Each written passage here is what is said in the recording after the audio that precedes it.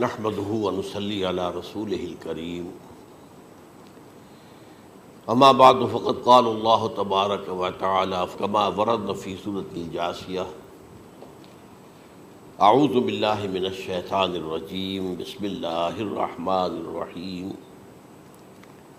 وإنه لعلم للساعة فلا تمترن بها واتبعوني هذا صراط مستقيم صدق اللہ العظیم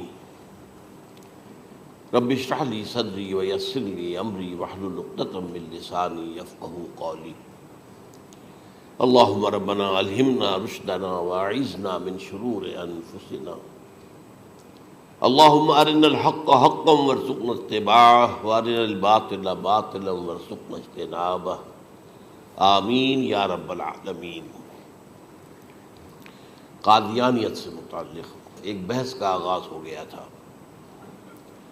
کیونکہ ہمارے علم میں یہ آیا تھا کہ قادیانیوں نے خاص طور پر ماڈل ٹاؤن کو اپنا ایک مرکز اور اپنا اڈا بنانے کا فیصلہ کیا ہے، اور اس کا ہمیں تجربہ بھی حاصل ہو گیا۔ کچھ نوجوان اہل سنت کے نوجوان میرے پاس آئے تھے اور انہوں نے میری توجہ اس طرح منعطف کرائی کہ یہاں پر یہ اپنی جمعے کی نماز کے لیے اوپن گراؤنڈ استعمال کر رہے ہیں اور اس میں لگا لیتے ہیں پارٹیشن وغیرہ، اور بڑی یوں سمجھیے کہ بڑی مہم کے ساتھ دونوں طرف کی سڑکیں بند کر کے، اور جو بھی لوگ مسافر ہیں انہیں بھی دعوت دیتے ہیں کہ آئیں یہاں جمعہ پڑھیں، اور بعض لوگ مغالطے میں وہاں جمعہ پڑھ لیتے ہیں۔ تو اس کے حوالے سے انہوں نے کوشش کی کہ کچھ نہ کچھ اس سلسلے میں، کیونکہ انہوں نے مجھے لا کر قانون دکھایا۔ پاکستان میں جو قانون نافذ ہے وہ یہ ہے، چاہے یہ کہ وہ نافذ نہیں ہے بالفعل، لیکن ہے، قانون کی کتاب میں تو موجود ہے کہ قادیانی اپنے کوئی جو بھی ان کے نزدیک بھی ان کے مذہبی شاعر ہیں ان کو مسلمانوں کی شکل میں برملا علی الاعلان ادا نہیں کر سکتے، کیونکہ وہ تو دھوکہ دہی بات ہو گئی کہ لوگ سمجھیں گے یہ مسلمان ہی ہیں۔ اب جب انہیں، آپ کو معلوم ہے کہ ہماری پوری جو مرکزی اسمبلی تھی، نیشنل اسمبلی، اس کے فیصلے کے تحت قرار دیا گیا بالاتفاق کہ قادیانی غیر مسلم ہے، دائرہ اسلام سے خارج ہے۔ یہ تو فیصلہ وہ پارلیمنٹ کا اس بڑے پیمانے، بعد میں پھر ضیاء الحق صاحب کے زمانے میں، یہ تو ہوا تھا آپ کو معلوم ہے بھٹو کے زمانے میں، تو ضیاء الحق صاحب کے زمانے میں اسی کی گویا کہ فردر سٹیپ کے طور پر یہ بات طے کی گئی اور قانون بنا دیا گیا کہ وہ اپنی مسجد کو مسجد نہیں کہہ سکتے اور مسجد کی صورت پر نہیں بنا سکتے کہ گزرنے والے کو یہ خیال ہو کہ یہ مسجد ہے۔ اسی طرح وہ اگر کوئی اسلامی شاعر کا ارتکاب کریں گے علی الاعلان تو بھی یہ قابل تعزیر ہے، جرم ہے۔ وہ اپنے کئی احاطوں کے اندر، اپنے گھروں کے اندر جو چاہیں کریں، لیکن کھلے میدان میں آ کر جو شاعر اسلامی باہر، ان لوگوں نے سب کچھ اڈاپٹ تو کر رکھا ہے۔ سب سے بڑی بات تو وہ ہے کہ انہوں نے ایک جھوٹے نبی کا اقرار کیا ہے کہ وہ نبی ہے، اس نے ہمارے درمیان فصیل حائی کر دی ہے۔ اب جو اس کو مانتے ہیں ان کے نزدیک ہم کافر ہیں۔ آپ کو معلوم ہے کہ یہ میں بیان کر چکا ہوں کہ حالانکہ قائد اعظم کا کتنا بڑا احسان تھا کہ چودھری ظفر اللہ خان کو انہوں نے فارن منسٹر بنایا پاکستان کا، لیکن جب ان کا انتقال ہوا ہے قائد اعظم کا تو اس کی جنازے کی نماز میں شریک نہیں ہوا، وہ شخص موجود رہا۔ جو دوسرے ممالک کے سفراء آئے ہوئے تھے، ظاہر بات ہے وہ مسلمان تو نہیں تھے، کوئی عیسائی تھے یا کوئی اور تھے، ہندو تھے، بدھ تھے، جو بھی تھے۔ اب چونکہ قائد اعظم کا انتقال تھا ایک مملکت کے صدر کا، تو وہ لوگ سبھی موجود تھے، لیکن ظاہر ہے کہ وہ نماز میں شریک نہیں ہوئے، وہ مسلمان تو نہیں تھے۔ ان کے ساتھ کھڑا رہا یہ شخص۔ اس نے یہ بات، اور جب اس سے پوچھا گیا کہ تم شریک کیوں نہیں ہو تو اس نے کہا دیکھو بھائی، مجھے یا تو مسلمان سلطنت کا کافر وزیر سمجھ لو یا کافر سلطنت کا مسلمان وزیر سمجھ لو۔ میرے نزدیک یہ کافر سلطنت ہے، میں اس کا مسلمان وزیر ہوں چونکہ میں قادیانی ہوں۔ اب تمہارے نزدیک یہ اسلامی مملکت ہے تو میں کافر ہوں، پھر میں اس کی نماز کیسے پڑھوں؟ تو بہرحال ان چیزوں کی وجہ سے جو دھوکہ دینے والا معاملہ ہو گیا، ورنہ کوئی اور لوگ ہوں یہاں پہ، ہمیں ان سے تعارض نہیں ہے۔ عیسائی بھی ہیں، اپنی تبلیغ کرتے ہیں، کوئی خلاف ان کے رد عمل نہیں ہوتا، الا یہ کہ کہیں یہ واقعہ پیش آ جائے یا کوئی یعنی خام خواہ کو شوشہ کوئی شرارتی لوگ اٹھا دیں کہ انہوں نے قرآن کی یہ جو ہے بے حرمتی کی ہے، تو یہ تو پھر تحقیق سے معلوم ہو سکتا ہے کہ واقعتاً کی تھی کہ نہیں کی تھی۔ لیکن ایک وقت میں جو اس پر تو ان کا احتجاج ہوتا ہے، لیکن یہ کہ ان کے جو ہے چرچ ہے ان کی ساری اور تبلیغ ان کی ہو رہی ہے اور بڑھ بھی رہی ہے تعداد ان کی، لیکن اس کے خلاف کوئی رد عمل تو ہمارے یہاں نہیں ہے۔ تو یہ ہے اصل میں وہ بات۔ تو اس پر جو گفتگو شروع ہوئی تھی میں آج اس کی تکمیل کرنے جا رہا ہوں۔ حضرت عیسیٰ علیہ السلام کی دوبارہ آمد کا تعلق ہے، اس کے ضمن میں قرآن مجید میں جو نص قطعی ہے وہ نص قطعی یہ ہے اِنَّهُ لَعِلْمٌ لِلسَّاعَةِ فَلَا تَمْتَرُنَّ بِهَا۔ حضرت عیسیٰ کا ذکر ہوا ہے سورہ جاسیہ میں، اور وہاں فرمایا گیا ہے کہ یہ عیسیٰ کا دوبارہ آنا قیامت کی علامت ہوگا، یعنی کہ اب قیامت بالکل قریب آ گئی ہے۔ اِنَّهُ لَعِلْمٌ لِلسَّاعَةِ، علم حاصل ہوگا ان کی دوبارہ آمد پر کہ اب قیامت جو ہے وہ سر پر آ گئی ہے۔ اچھا، اس کے ایک اور جو ہے ذرا بالواسطہ دلائل جو قرآن مجید میں آئے ہیں، ایک ان میں سے یہ ہے کہ سورہ آل عمران میں جہاں حضرت مریم کو بشارت دے رہا تھا فرشتہ کہ آپ کے ہاں ایک بیٹا ہوگا، وہ بڑی حیران تھی کہ میرے ہاں کیسے بیٹا ہو جائے گا، ماں کن تو بغیہ، میں تو کوئی بدکار عورت تو نہیں ہوں، نہ میری کوئی شادی ہوئی ہے ابھی۔ تو اس میں جو باتیں بیان کی تھی فرشتے نے، وہ جو بیٹا ہوگا اس کی کیا شان ہوگی، اس میں یہ الفاظ بھی آتے ہیں وَيُكَلِّمُ النَّاسَ فِي الْمَهْدِ وَكَهْلًا، وہ باتیں کرے گا، لوگوں سے گفتگو کرے گا جبکہ وہ پنگھوڑے میں ہوگا، بچہ ہوگا، گود میں ہوگا، اور کہل کے وقت، کہل کہتے ہیں جب آدمی عمر میں جو ہے 40-45 کا کسی بھی اوپر ہو جائے، آپ پہلے طفل کہتے ہیں پھر جوان کہتے ہیں، عربی زبان میں شاب کا لفظ آتا ہے، بہت جوان، بڑی اچھی صحت میں ہے، اس کے بعد پھر ظاہر بات ہے ڈھلوان شروع ہوتی ہے، یہ کہل ہے۔ جب بڑھاپے کے آثار شروع ہوتے ہیں، بال سفید ہونے شروع ہوتے ہیں، تو یہ کہل، قبول۔ اب سوال یہ ہے اس گھوڑے میں بات کر دیں، یہ تو معجزہ ہے، لہذا اس کا ذکر یہاں پر مناسب ہے۔ یہ بڑے ہو کر بات کرنے کی کیا ضرورت تھی کہنے کی، وہ تو سبھی کرتے ہیں انسان، یہ اسی لیے کہ معلوم ہو کہ کہولت بھی انہیں آئے گی یار، حالانکہ آپ کو معلوم ہے سب مانتے ہیں، عیسائی بھی مانتے ہیں، سب مانتے ہیں، 33 برس کی عمر میں انہیں اٹھا لیا گیا، اس دور میں تو کہولت آئی نہیں، اس لیے قرآن ذکر کر رہا ہے۔ اور یہ بات جو ہے دوسری مرتبہ آئی ہے یہ سورہ المائدہ میں آیت نمبر 110 وَتُكَلِّمُ النَّاسَ فِي الْمَهْدِ وَكَهْلًا، صرف یہ ضمیر کا فرق ہے، وَيُكَلِّمُ النَّاسَ فِي الْمَهْدِ وَكَهْلًا اور وَتُكَلِّمُ النَّاسَ فِي الْمَهْدِ وَكَهْلًا، یہ ہے جب قیامت کے دن اللہ تعالیٰ حضرت عیسیٰ سے سوال کریں گے، اے عیسیٰ ابن مریم، کیا تم نے میری اجازت سے اور میری تائید سے یہ معجزے نہیں دکھائے، یہ معجزے نہیں دکھائے، میں نے تم پر یہ فضل نہیں کیا؟ اور یہ گویا کہ بالواسطہ عیسیٰ کے ماننے والوں سے خطاب ہے کہ اللہ تعالیٰ کے کتنے بڑے بڑے احسان ہوئے، اور اسی میں تم بات کرتے تھے لوگوں سے پنگھوڑے کے اندر بھی اور کہولت کی عمر میں بھی، تو یہ کہولت کی عمر کب آئی؟ حضرت عیسیٰ علیہ السلام۔ تو اس کے بغیر تو ممکن ہی نہیں ہے کہ وہ دوبارہ دنیا میں آئیں، پھر ان کے اوپر وہ عمر آئے اور اس عمر کے اندر بھی وہ بات کریں گے۔ تو یہ میرے نزدیک قرآن مجید کے اندر دلائل ہیں اس چیز کے کہ حضرت عیسیٰ علیہ السلام کی دوبارہ جو ہے آمد ہوگی۔ اب اس ضمن میں چاہتا ہوں کہ آج خاص طور پر جو الساعہ کی اور جو علامتیں قرآن میں آئی ہیں، یہ ضمنی مضمون ہو جائے گا، لیکن بہرحال یہ بھی ایک معلوماتی مضمون ہے کہ ایک تو یہ قیامت کی بڑی نشانیوں میں سے حضرت عیسیٰ کا دوبارہ آنا، اور کیا کیا جو ہے باتیں بیان ہوئی ہیں وہ ذرا غور سے سن لیجیے۔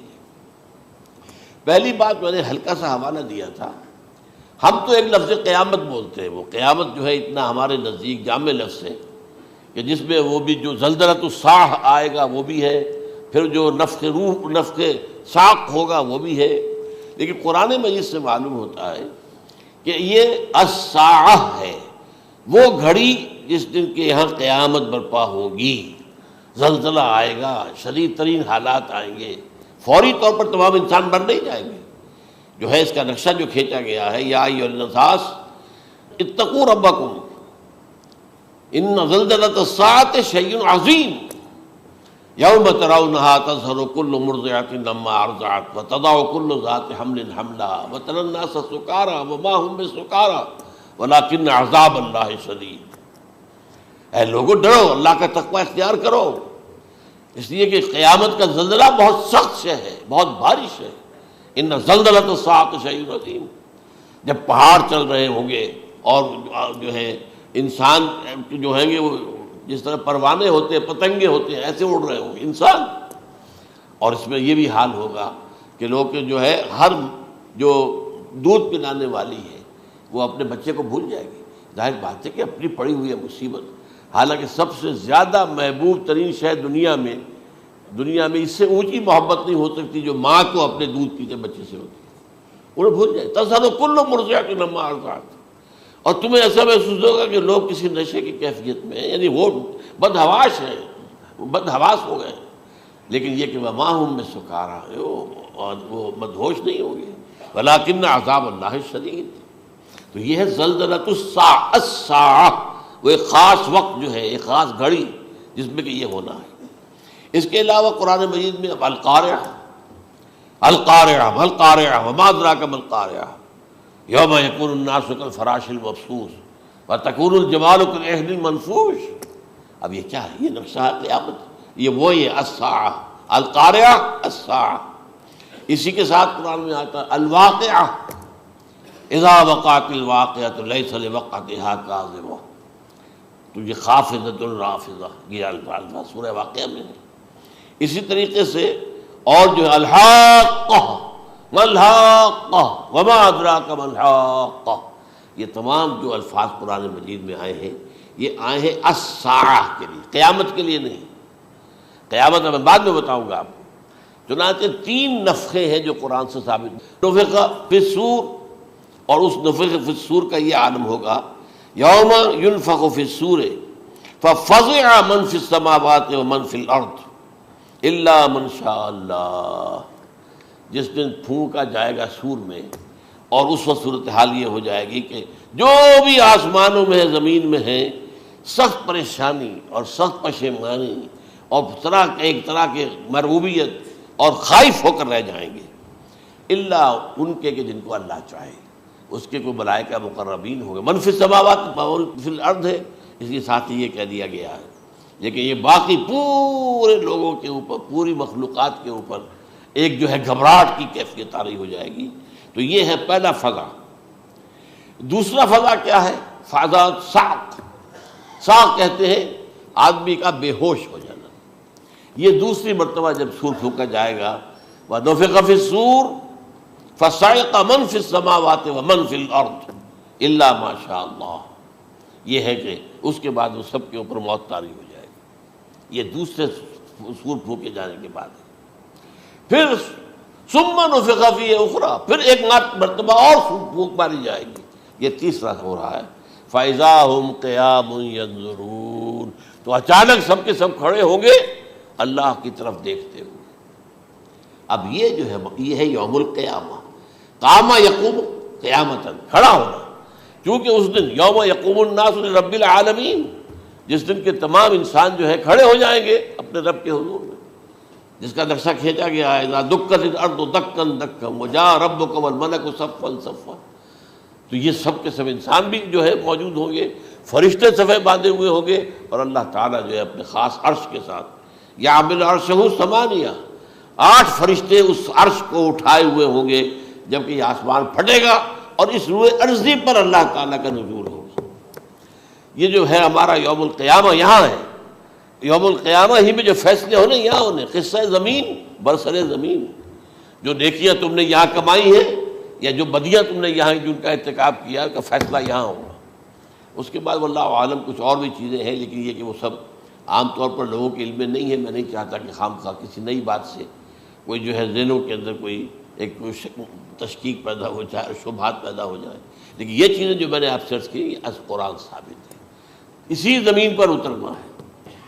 وجاء ربک والملک صفا صفا، یہ سب کے سب آئیں گے اور ملائکہ، اور اس کے علاوہ جو ہے دوسرے مقامات پر جس کا نقشہ کھینچا گیا ہے سورۃ الحاقہ کے اندر ہے.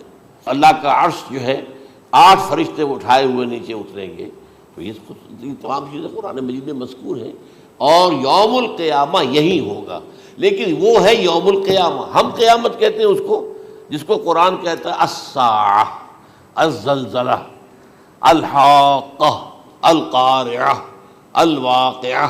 یہ ہے در حقیقت جو پہلا معاملہ ہے کہ اس کے اندر جو ہے فضا ہو جائے۔ اب دیکھیے جو علامات قیامت احادیث میں آئی ہیں وہ میں آج آپ کو سنا رہا ہوں۔ ان کو دو حصوں میں تقسیم کیا جاتا ہے، علامات صغریٰ، علامات کبریٰ۔ چھوٹی نشانیاں جو درجہ بدرجہ درجہ بدرجہ درجہ بدرجہ حاضر سامنے آئیں گے۔ ایک ہے بالکل قیامت سے متصل قبل بڑے جو خرق عادت واقعات ہوں گے وہ آئیں گے۔ اچھا، پہلی چیز کے سلسلے میں حضرت انس رضی اللہ تعالیٰ عنہ سے یہ مروی ہے اور یہ حدیث متفق علیہ ہے۔ پہلی علامت حضور نے بیان کی قیامت کی علامات میں سے، اب میں لفظ قیامت اسی معنی میں بول رہا ہوں جس میں کہ ہم عام طور پر بولتے ہیں۔ آپ نے فرمایا علم اٹھا لیا جائے گا، جہالت کا دورہ ہوگا۔ اب یہ کون سا علم اٹھایا جائے گا؟ سائنس کا علم نہیں، دین کا علم۔ آج تو ساری قدر و قیمت جو ہے جس کے لیے دوڑتے ہیں لوگ، لاکھوں روپے کی فیسیں دے کر، ایم بی اے ہو رہے ہیں، یہ جو ہے اکاؤنٹنسی کا پاس کر رہے ہیں، یہ سی اے کر لیا ہے، یہ کوئی اور جو ہے فزکس میں، کوئی کیمسٹری میں ڈاکٹریٹ کر لی ہے، ڈاکٹر بن گیا تو کیا ہی کہیں۔ اس لیے کہ بڑی چیز جو پاکستان سے ایکسپورٹ ہوتی ہے وہ ڈاکٹر ہیں۔ جو اتنے بڑے پیمانے پر جو کالج کھلے ہوئے، 3 لاکھ روپے ایک سال کی فیس، 5 لاکھ روپے ایک سال کی فیس، یہ کیوں لیتے ہیں اور کیوں لوگ دیتے ہیں؟ کہ موقع مل جاتا ہے ایم بی بی ایس کر کے۔ امریکہ کے اندر بھی ڈیمانڈ ہے، ان کے ہاں ڈاکٹر جو ہیں جتنے ہونے چاہیے نہیں ہے، لہذا اور بھی بہت سی جگہوں پر ڈیمانڈ ہے۔ تو جس چیز کی مارکیٹ میں ڈیمانڈ ہے وہ علم ہے۔ آج علم کمپیوٹر کا علم ہے یہ، حالانکہ ان میں سے کسی کے اوپر لفظ علم کا اطلاق میرے نزدیک غلط ہے، جہالت ہے۔ علم وہ ہے جو ذہن کو جلا دے، جو سوچ کو جلا دے، روشنی پیدا کرے، دماغی روشنی، وسعت دے، انسان کے فکر کو وسعت دے، اس کے ذہنی جو ہے جو افق ہے اس کو وسیع کرے۔ علم تو وہ ہے جو حقیقت کے کیا علم بھی اسے عطا فرمائے۔ قرآن ہے، حدیث ہے، باقی اور چیزیں جو اس سلسلے میں آ سکتی ہیں وہ ہے کہ جو قرآن اور حدیث کی سمجھنے میں ممد ہوں اور زیادہ جو ہے اس کے تک فہم کو آسان کر دیں۔ لیکن یہ کہ فرمایا علم اٹھا لیا جائے گا، جہالت کو فروغ ہوگا۔ ظاہر بات ہے ایک ہی بات ہوئی ہے۔ دوسرے نمبر پہ یہ کہ جہالت کو فروغ ہوگا۔ نمبر 3 زنا کثرت سے ہوگا۔ نمبر 4 شراب نوشی عام ہو جائے گی۔ نمبر 5 عورتوں کی تعداد بہت زیادہ ہو جائے گی، مردوں کی تعداد کم ہو جائے گی، یہاں تک کہ 50 عورتوں کا خیر خبر کرنے والا، کوئی نگرانی کرنے والا، وہ ایک مرد۔ اچھا، یہ تو ہے ایک حدیث جو میں نے آپ کو بیان کر دی، متفق علیہ، یہ بخاری اور مسلم دونوں میں ہے۔ دوسری حدیث بخاری کی ہے، اس کو حضرت ابو ہریرہ رضی اللہ تعالیٰ عنہ نے روایت فرمایا ہے، قیامت آئے گی جب امانت ضائع ہو جائے گی۔ آج ہمارے ہاں امانت کے ضائع ہونے کا جو نقشہ ہے شاید پوری دنیا میں کہیں اور نہیں۔ جس طرح کے غبن یہاں ہوتے ہیں، جس طرح کک بیکس جو ہے وہ لیے جاتے ہیں، اس غریب یعنی قوم غریب ہے لیکن یہاں وہ امیر بہت بڑے بڑے لوگ ہیں، وہ تو دنیا بھر کے ٹاپ کے امیروں کے اندر اس کا شمار ہو جائے گا۔ لیکن یہ کہ یہ سب امیر کیسے بنے؟ غبن بلین آف ڈالرز کا، اب تو اس سے کم کی تو بات ہی نہیں ہوتی۔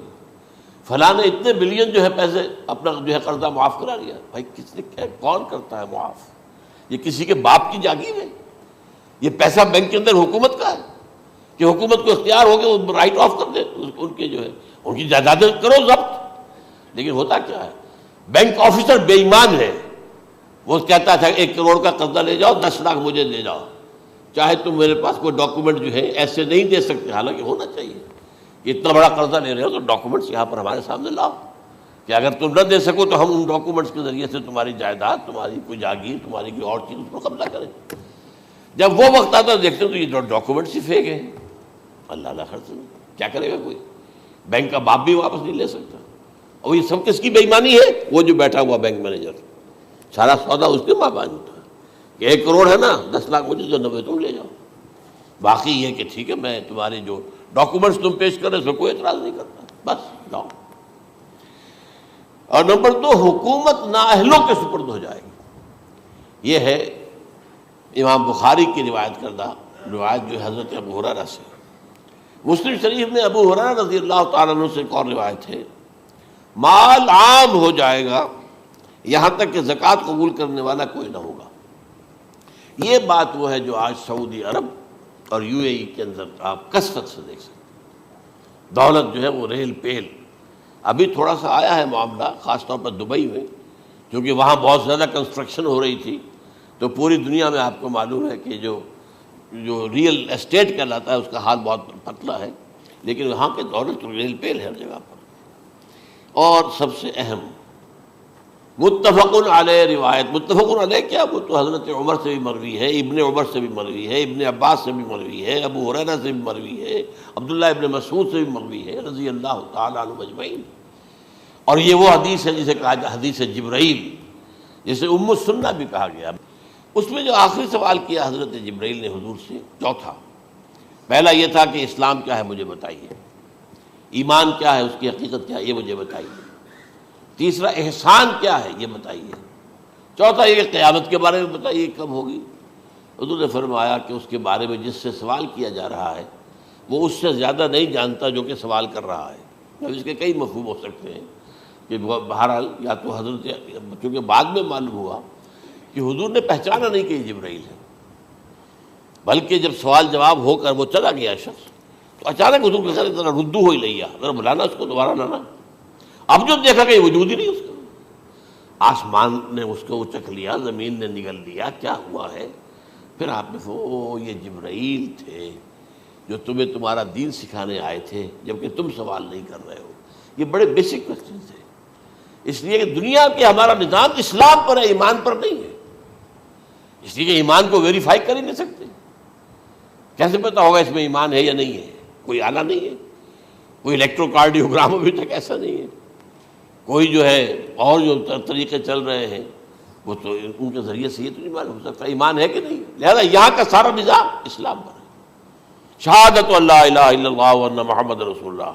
پھر ایک نظام بنا دیا، وہ اقام الصلاۃ و ایتاء الزکوٰۃ و صوم رمضان و حج البیت. اس میں بھی یہ ہے کہ اگر کوئی نماز کو نہیں مانتا تو کافر ہوگا، لیکن نماز پڑھتا نہیں ہے تو کافر نہیں ہے، فاسق ہے، فاجر ہے، گناہ گار ہے، کمزور مسلمان ہے. اس طرح زکوٰۃ کا منکر ہو جائے گا تو وہ کافر ہوگا، لیکن زکوٰۃ دے نہیں رہا ہے تو یہ گویا کہ گناہ گاری ہے، کمزوری ہے. تو اس حوالے سے نوٹ کر دیجئے کہ یہاں کا دنیا کا سارا اسلامی نظام اور سارا کانسٹیٹیوشنل اور لیگل سسٹم جو ہے اسلام کا وہ اقرار باللسان پر ہے. ایمان ہے وہ کہ جس کی بنیاد پر وہاں فیصلے ہوں گے. یہاں کوئی شخص مسلمانوں کا بڑا لیڈر ہے، بڑا علامہ ہے، بڑی اس کی قدر و منزلت ہے، اس کے ہاتھ چومے جا رہے ہیں، پاؤں چومے جا رہے ہیں، ہو سکتا ہے وہاں کہا جائے دفع ہو جاؤ، تمہارے دل میں ایمان نہیں تھا، تم نے یہ سب کچھ کیا تھا اس لیے کہ کہا جائے کہ بڑے عالم ہو، اور یہ کہا جا چکا فقط قیل. اب یہاں کچھ نہیں ہے تمہارے پاس. پھر فرشتوں کو حکم ہوگا کہ اس کو گھسیٹتے ہوئے جہنم میں ڈال دیں. 3 باتیں بیان کی آپ نے. یہی حشر اس کا ہوگا مالدار کا. اللہ پوچھے گا میں نے تمہیں بہت مال دیا، تم نے کیا کیا؟ وہ کچھ گنوانا شروع کرے گا، اللہ فرمائے گا جھوٹ بول رہا، قذب تھا، تم نے یہ خیرات و صدقات اس لیے کیے تھے کہ تمہاری سخاوت کے ڈنکے بج جائے، تعریفیں کی جائے. وہ کی جا چکی ہے، دنیا میں ڈنکا بج گیا. یہاں کچھ نہیں تھا، وہ نیت دل میں کچھ اور تھی تمہارے. میں لیس البر ان تولوا وجوہکم والا قرآن مجید کا سبق ہمارا منتخب نصاب کا نمبر 2 بڑی تفصیل سے بیان کیا. یہی معاملہ ہوگا اس عالم کا. اللہ فرمائے گا میں نے تمہیں علم دیا، تم نہیں. وہ کہے گا میں نے علم پھیلایا لوگوں میں ہدایت کی. کوئی جھوٹ بول رہے ہیں، تم نے تو صرف اس لیے کیا تھا، تمہاری نیت یہ تھی کہ بڑا عالم شخص ہے، بڑا فاضل شخص ہے. تو یہ سب کہا جا چکا. تو وہاں کا معاملہ جو ہے وہ اسلام پر نہیں ہے. یا آپ دکھائیں گے دیکھیے میرا آئیڈینٹی کارڈ، اس پہ اسلام میرا مذہب لکھا ہوا ہے، یا یہ میرا پاسپورٹ ہے. آئیڈینٹیفیکیشن کے لیے دنیا میں عام طور پر یہ چیزیں ہوتی ہیں. کوئی تعلق نہیں. آخرت کا معاملہ کسی اور شے پر ہے. وہ تو ایمان دل میں ہے، اور تمہارے تمام جو حرکات ہیں، اعمال ہیں، ان سب کے اندر جب تک کہ اصل جو قوت متحرکہ ہے وہ اللہ کی محبت نہ بن جائے، اخلاص للہ، بحب اللہ للہ، اور یہ کہ یہ تمام چیزیں جیسا کہ فرمایا، ایک حدیث بڑی پیاری ہے، ایمان کی تکمیل کی علامت کیا ہے؟ فرمایا من احب للہ وابغض للہ ومنع للہ واعطى للہ فقد استکمل الایمان۔ جس شخص کے نے محبت جس سے بھی کی، اللہ کے لیے کی، اپنے مفادات کے لیے نہیں، رشتہ داری کی بنیاد پر نہیں، محبت اوپر ہو جائے، رشتہ دار کا حق ہے دو، بیوی کے حقوق ہیں دو، لیکن محبت یہ اللہ کے لیے ہو کہ فلاں شخص سے مجھے محبت اللہ کے لیے، اور اگر نفرت رکھی تو اللہ کی وجہ سے رکھی، اس لیے رکھی کہ وہ اللہ کے دین سے دور ہے، وہ اللہ کے راستے پر نہیں آ رہا ہے، وہ فسق و فجور کی جو ہے زندگی کو آ رہا۔ اس میں بھی یہ ہے کہ یہ نہیں ہے تعلق قطع کر لو، تعلق قطع کرو گے تو تبلیغ اور اصلاح کا موقع کہاں رہے گا، لیکن دلی محبت نہیں ہوگی اس سے۔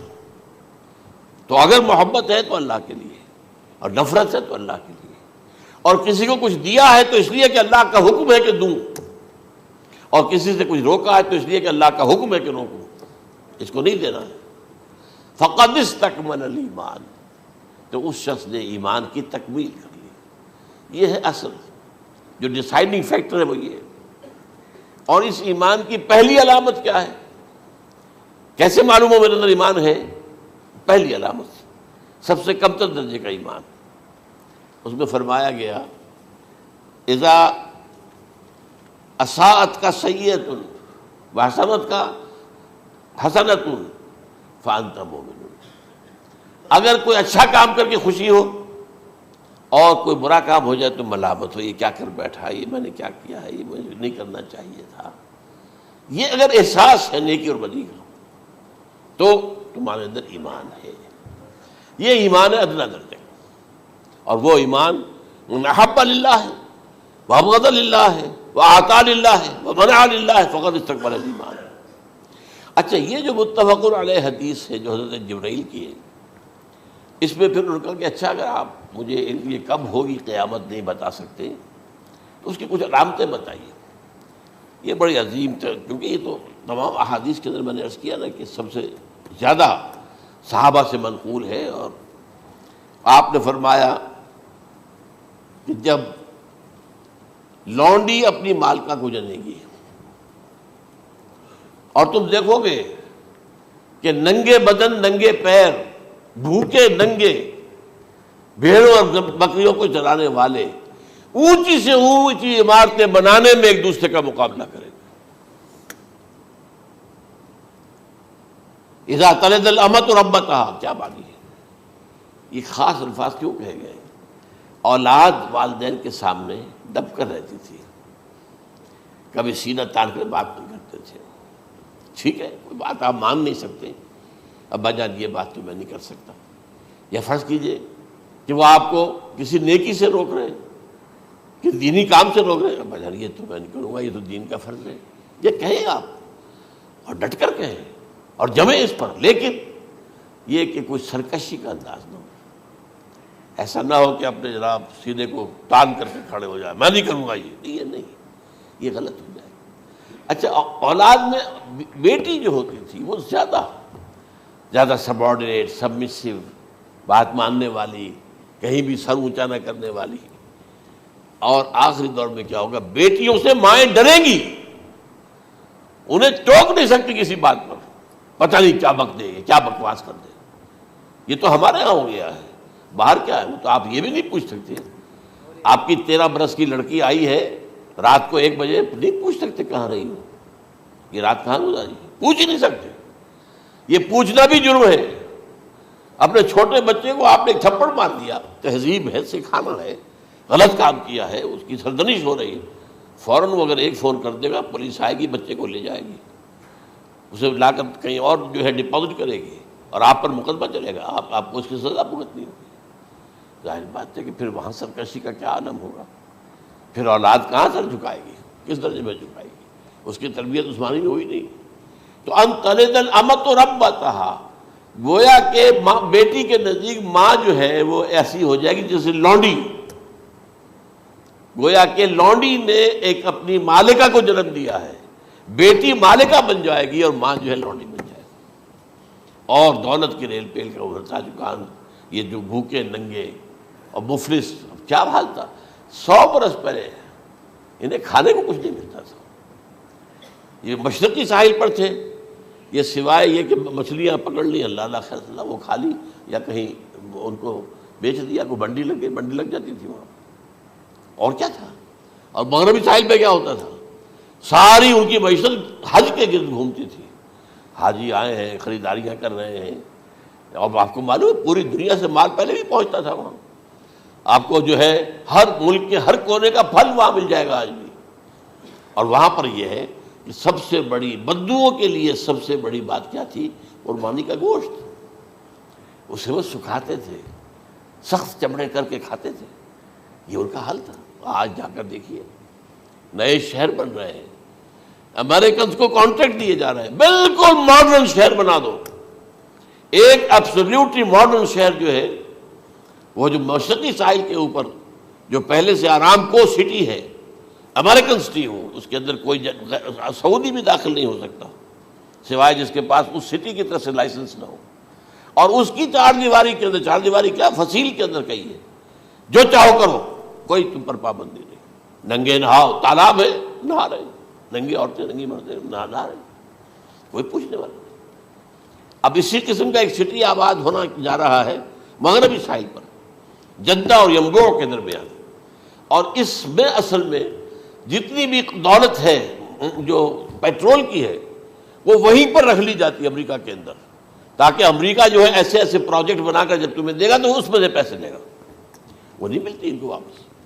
بہرحال یہ تو میں نے ایک جگہ آپ سے ذکر بھی کیا تھا، دی کنفیشنز آف این اکنامک ہٹ مین، وہ کنفیشنز کی بات جو ہے اگر آپ میں سے کسی کو دلچسپی ہو تو اسے پڑھیں، کہ کس طریقے سے 1973 کے آئل امبارگو کے بعد جو شاہ فیصل شہید کے زمانے میں ہوا تھا، پھر جس طریقے سے امریکہ نے ان تمام ممالک کو جکڑ لیا ہے، اس کا پورا جو پروسیس کیا تھا وہ سامنے آتا ہے۔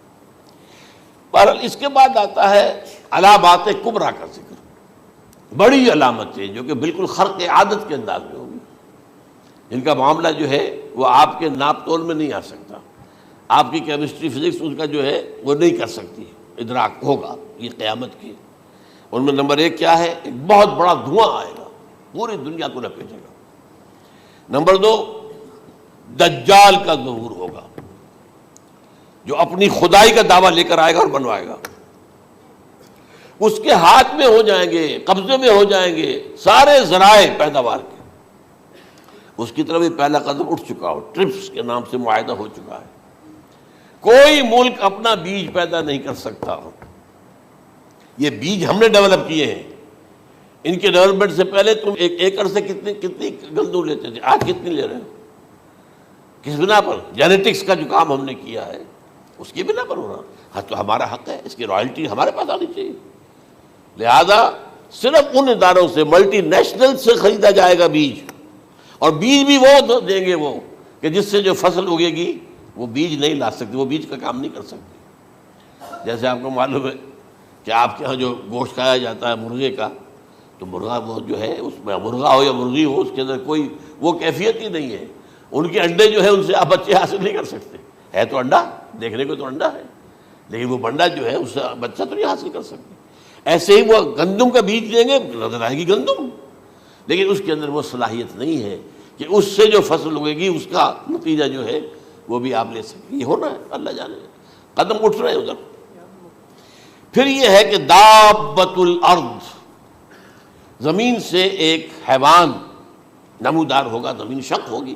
ابھی میں کہہ رہا ہوں خرق عادت ہے، یہ چیزیں وہ نہیں ہیں جو ہماری کسی حساب کتاب میں جو باتیں پہلے آئی ہیں وہ تو حساب کتاب میں آ رہی ہیں، ساری سمجھ میں آ رہی ہیں، ساری چیزیں مشاہدہ ان کا ہو رہا ہے، لیکن یہ ہے کہ دابۃ الارض، یہ کہتے ہیں کہ کوہ صفا، اس میں تو نہیں ہے حدیث میں، کوہ صفا پھٹے گا اور اس میں سے ایک حیوان دابہ وہ ظاہر ہوگا، تو اسی لیے فرمایا ہے وَإِذَا وَقَعَ الْقَوْلُ عَلَيْهِمْ أَخْرَجْنَا لَهُمْ دَابَّةً مِّنَ الْأَرْضِ تُكَلِّمُهُمْ، تو ہم اندر سے پیٹ کے چیر کر زمین کے پیٹ کو ایک حیوان کو برآمد کریں گے جو انسانوں سے بات کرے گا، گفتگو کرے گا۔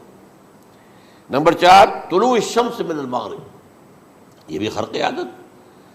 سورج تو طلوع ہوتا ہے مشرق سے، غروب ہوتا ہے مغرب میں، لیکن اس وقت معاملہ الٹا ہو جائے، یعنی جو کائنات کے اندر جو گڑبڑ ہوگی کچھ سمجھ میں بات آتی ہے کہ یہ معاملہ جو ہے یہ تو اس پورے سولر سسٹم کو اگر بدل دیتے ہیں تو مشرق مغرب ہو جانا، مغرب مشرق ہو جانا، یہ سمجھ میں آنے والی بات ہے۔ اس کے بعد ہے عیسیٰ ابن مریم کا نزول، جس کے بارے میں آج میں نے گفتگو کی ہے تفصیل سے۔ یہ نزول ہونا ہے، یہ علامات قیامت میں سے حضور نے بیان فرمایا ہے، اور قرآن مجید کی جو اصطلاحات ہیں اس کے حوالے سے میں نص قطعی جو ہے وہ میں آپ کے سامنے رکھ چکا ہوں۔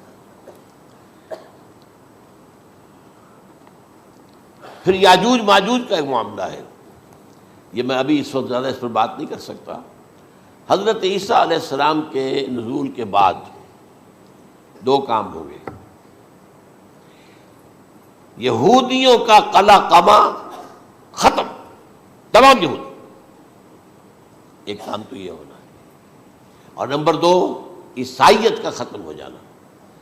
عیسائیت کی نفی کر دیں گے، بھائی تم مجھے خدا کا بیٹا بنائے بیٹھے ہو، میں تم خدا کا بیٹا نہیں ہوں، میں تو اس کا بندہ ہوں، رسول ہوں، میں نے تم سے کب کہا تھا کہ مجھے خدا کا بیٹا بناؤ۔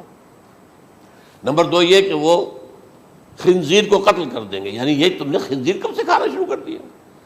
میں تو تم کو نکاح اجازت دے کر گیا تھا، یہ تو شریعت موسوی میں حرام تھا، اور میں کہہ کر گیا تھا کہ یہی شریعت تم پر لاگو رہے گی، ہاؤ کم؟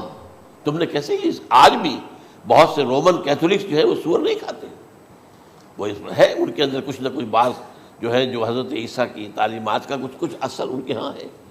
میں تو ایک مرتبہ، یہ 1971 کی بات ہے، 4-5 دن کے لیے برسلز میں رکا تھا، اس لیے کہ وہاں مجھے ایک صاحب نے خط لکھا تھا کہ وہاں ایک نوجوان ہے، ابھی اس ایمان لایا ہے، اور اس کے کچھ مسائل ہیں، ہم کوشش کر رہے ہیں ان کے مسائل حل کریں، آپ بھی جا رہے ہیں۔ میں انگلینڈ جا رہا تھا تو واپسی پر آپ ان کے ہاں چند دن ٹھہرے، میں حیران ہوا۔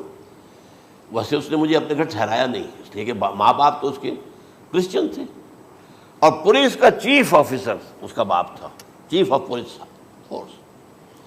اس نے مجھ سے 1 دن کھانے پہ بلایا، میں ہوٹل میں ٹھہرایا مجھے، اس نے کہا آپ اطمینان سے یہاں کھانا کھائیں، اس گھر میں نہ آج تک کوئی شراب کی بوند آئی ہے اور نہ ہی کوئی بوٹی آئی ہے سور کی۔ Roman Catholics.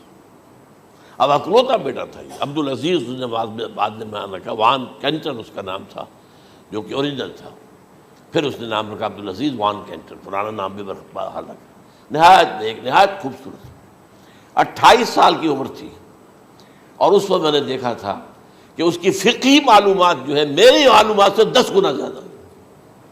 اس کی وجہ کیا ہے؟ وہ گیا تھا موراکو میں ایز اے ٹیچر ملازمت کرنے، پیسہ کمانے، وہاں وہ مسلمانوں سے اس کا ہوا ربط ضبط ہوا، اسلام کی تعلیمات سامنے آئی، اسلام لے آیا۔ اب اکلوتا بیٹا ہے، اور ماں باپ جو ہے کرسچن کیتھولکس۔ جب وہاں سے واپس آیا تو پھر کہتے ہیں کہ ہمارے درمیان ایک معاہدہ ہے، وی آر لیونگ ٹوگیدر، لیکن یہ معاہدہ ہے ہم مذہب پہ بات نہیں کریں گے، بس باقی جو بھی ہے وہ ساتھ رہ رہے ہیں۔ لیکن میں حیران ہوا، مجھے معلوم نہیں تھا۔ اچھا، اس کے بعد اس نے جب اسلام کا فیصلہ کیا تو اس کے سامنے سوال آیا کون سی فقہ اختیار کروں؟ تو اس نے بڑی جو ہے تھورو اسٹڈی کی ہے تمام فقہوں کی، کمپیریٹو اسٹڈی، ان کو کرنے کے بعد پھر فائنل فیصلہ اس کا یہ تھا کہ حنبلی فقہ میں اختیار کروں گا۔ 4 فقہوں میں سب سے لیٹسٹ حنبلی ہے، یعنی حنفی نمبر 1، پھر مالکی نمبر 2، پھر اس کے بعد شافعی نمبر 3، پھر یہ امام احمد ابن حنبل ہے۔ اور امام احمد ابن حنبل کے زمانے تک احادیث بہت بڑے پیمانے پر جمع ہو چکی تھی، جبکہ ابھی حضرت امام ابو حنیفہ کے زمانے میں کوئی اتنا زیادہ جو ہے حدیث کا بھی ذخیرہ نہیں بنا تھا۔ اسی پر تو لوگ حیران ہوتے ہیں کہ زیادہ حدیث امام ابو حنیفہ کے علم میں نہیں تھی، لیکن مجال ہے کہ ان کا کوئی فتویٰ جو ہے کتاب و حدیث کے، کتاب اور سنت کے خلاف ہو۔ اگرچہ انہوں نے صاف کہا کہ اگر تم پاؤ کوئی ایسی سچی حدیث، پختہ حدیث جو میری کسی رائے کے خلاف ہو تو میری رائے کو دیوار پر دے مارنا اور اس صحیح حدیث کی پیروی کرنا۔ لیکن ویسے اس کے بعد یہ کمال یہ ہے کہ بہت ہی کوئی شاذ معاملہ ہے کہ جس میں ان کا کوئی فتویٰ وہ کتاب و سنت کے منافی ہو یا سنت کے منافی ہو. کتاب پہ تو سوال پیدا نہیں ہوتا، کتاب تو ساری ان کے سامنے موجود تھی. اس کے بعد یہ ہے کہ یاجوج ماجوج، اصل میں بتا رہا تھا آپ کو کہ جب عیسائیت بھی ختم ہو گئی، یہود ویسے ختم ہو گئے، استیصال ہو گیا، جڑ کٹ گئی، اب عیسائیت گویا کہ اسلام میں ضم ہو گئی. عیسائیت مذہب ختم، یہودی خود ختم. اب یہ طاقت کتنی ہو جائے گی؟ تقریباً 2/3 دنیا آ گئی. تمام اب عیسائی 2 ارب کے قریب ہیں، 1 ارب 90 کروڑ ہوں گے، یا مسلمان بھی 1 کروڑ 50-60 لاکھ ہیں. دونوں کو جوڑ لیجیے کتنے ہو گئے؟ 6 ارب کل آبادی ہے. لیکن اس کے بعد آتا ہے یاجوج ماجوج کا خروج. یہ یاجوج ماجوج میرے نزدیک چائنا اور رشیا ہے. ان کی مجموعی طاقت اتنی ہوگی، اور یہ اس طرح آئیں گے ہر اونچائی پر سے اترتے ہوئے، پھسلتے ہوئے. جیسے 1962 میں جب وار ہوئی تھی بٹوین چائنا اینڈ انڈیا 1962 میں، تو وہ اس وقت کا نقشہ مجھے آج بھی اخبارات میں پڑھتا تھا تو یاد، waves after waves of Chinese soldiers were coming down the slopes of Himalayas. یہ تو وہ ہے نا جن کی تعداد کا کوئی حساب نہیں ہے. اور رشیا اور یہ مل کر جو ہے، میرا اندازہ یہ ہے کہ جب پہلے ملحمۃ العظمیٰ ہوگی وہ عیسائیوں اور مسلمانوں کے درمیان، اس وقت یہ دونوں پاورز نیوٹرل رہیں گی. لیکن غالباً یہ بات طے کر لیں گی کہ ویپنز آف ورلڈ جو ہے ماس ڈسٹرکشن، یہ استعمال مت کرنا. اگر یہ ویپنز آف ماس ڈسٹرکشن استعمال کرو گے تو ہم میدان میں آ جائیں گے. اس میں وہ جنگ جب ہو چکے گی، پھر حضرت عیسیٰ کو فتح حاصل ہو جائے گی، اور پھر یہ کہ یہودیت ختم ہو جائے گی، عیسائیت بطور مذہب ختم ہو کر اسلام میں ضم ہو جائے گا. پھر وہ 40 برس کا عہد حکومت ہے حضرت عیسیٰ علیہ السلام. لیکن جب یہ فتح ہو جائے گی ان پر، اب یاجوج ماجوج آئیں گے، اور اتنی تعداد میں آئیں گے کہ بحیرہ طبریہ جو ہے اس کا سارا پانی پی جائیں گے. یہ تو اگر آپ کو کبھی اندازہ ہو یا کوئی آپ جانیں ان لوگوں کو جو ان چینیوں سے واقف ہیں، وہ کہتے ہیں زمین پر ہلتی ہوئی کوئی چیزوں سے وہ چھوڑ کے کھا جائیں گے. جہاں وہ جاتے ہیں ایز اے لیبرر، وہاں کے جو سارے کتے ہیں ختم، ساری بلیاں ختم، ہر شے، وہ جو سانپ کھاتے ہیں، ہر چیز کھاتے ہیں. اور یہ تمام ایسٹرن کنٹریز کے اندر ہوتا ہے. بڑی ڈیلیشس ڈشز ہیں یہ سانپ وغیرہ وغیرہ. اور یہ جس طرح کھا جائے، پانی پیا، ایک قطرہ نہیں رہے گا اس پر. تو پھر جو ہے اللہ تعالیٰ اس وقت جو ہے اس میں ایک ایسی بیماری پیدا کرے گا، یہ سب مر جائے. یہ معجزے سے ہوگا. یعنی ان کے اوپر فتح جو ہے وہ عام لڑائی کے ذریعے سے نہیں ہوگی، بلکہ اس کے اوپر فتح جو ہوگی وہ اللہ تعالیٰ سے بوجھ، ایک بیماری پیدا ہوگی، سب مر جائے گا. اور اس کے بعد اللہ تعالیٰ ایسے پرندے بھیجے گا بڑی لمبی لمبی گردنوں والے، وہ ان سب کو کھا جائیں گے. جیسے ہمارے ہاں گدھ ہوتے ہیں، وہ ان کو صاف کر دیں گے. ورنہ تو یہ ہے کہ پوری دنیا کے اندر جو بدبو اور جو پیدا ہوتا معاملہ اس سے، تو اس نوع انسانی کی بقا ممکن نہیں تھی. ان کے خاتمے کے بعد پھر یہ ہوگا کہ حکومت اسلامی جو ہے پوری دنیا میں حضرت مسیح علیہ السلام کی ہوگی. 45 برس وہ رہیں گے. اسی میں وہ کہلن بھی آ جائے گا، وہ فی المہد و کہلن جو میں نے شروع میں بیان کیا تھا. اسی میں پھر یہ ہے کہ وہ شادی بھی کریں گے، ان کی اولاد بھی ہوگی، اور پھر ان کا انتقال ہوگا تو حضرت حضور صلی اللہ علیہ وسلم کے حجرے میں، وہیں پر جہاں حضور اور ابو بکر اور عمر رضی اللہ تعالیٰ عنہم دفن ہیں، وہیں پہ ان کو دفن کیا جائے گا. اور قیامت کے دن حضور فرماتے ہیں کہ میں اور یہ تینوں ساتھ نکلیں گے. تو یہ ہے حالات و واقعات.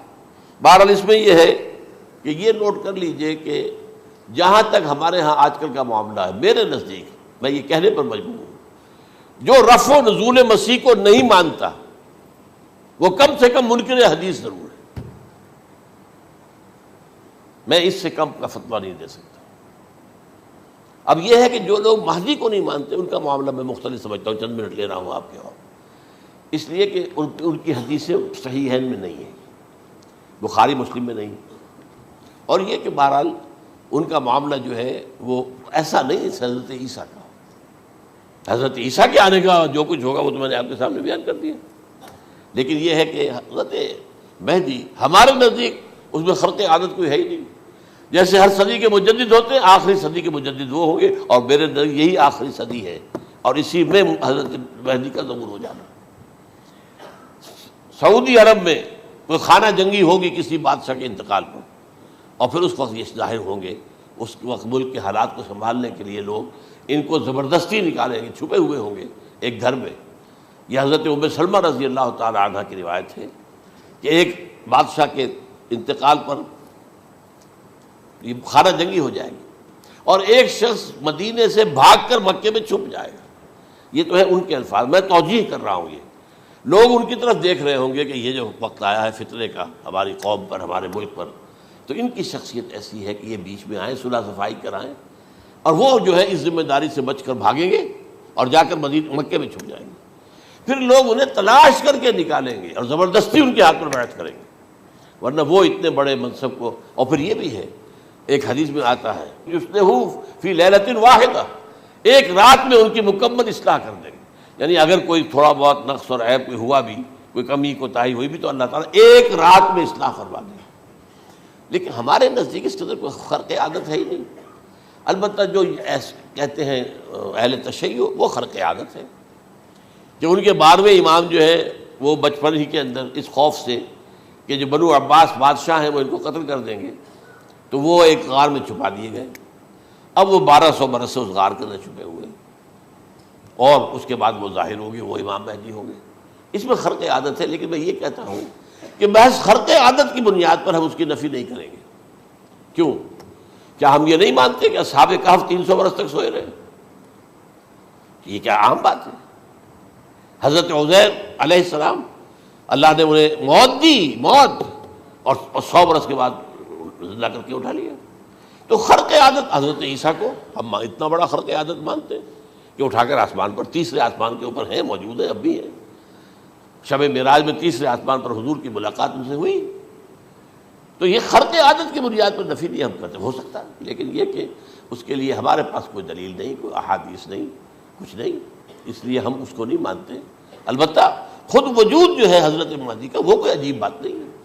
وہ تو جیسے پہلے بھی آئے ہیں ہمارے مجددین، ایسے مجدد ہوں گے اور دین کو تازہ کر دیں گے۔